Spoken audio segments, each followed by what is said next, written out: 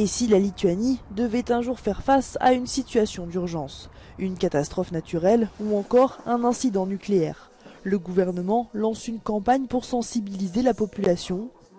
Exemple dans ce bâtiment culturel qui pourrait bien devenir un abri. Sur du court terme, en tant que bâtiment de sécurité collective, nous pouvons recevoir environ 2000 personnes.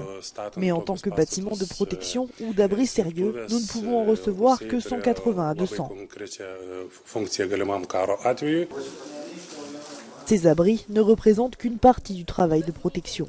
Selon le ministère lituanien de l'Intérieur, la préparation aux situations d'urgence des résidents est clairement insuffisante.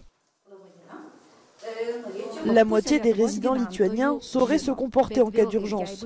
Mais si nous allons plus loin, seulement 9% savent exactement comment se comporter, tandis que 41% pensent qu'ils le savent.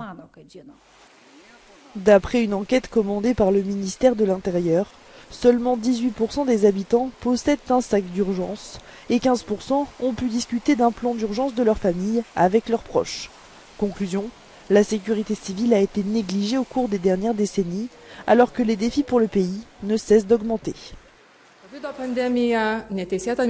La pandémie de Covid, l'immigration illégale, la guerre entre la Russie et l'Ukraine, l'imprévisible voisin biélorusse et notre proximité avec la centrale nucléaire d'Astraviet. Autant de faits auxquels nous avons été confrontés les uns après les autres. Le gouvernement a modernisé les systèmes d'information et d'alerte. Au total, plus de 91 millions d'euros ont été investis sur 5 ans pour préparer le pays à se sécuriser.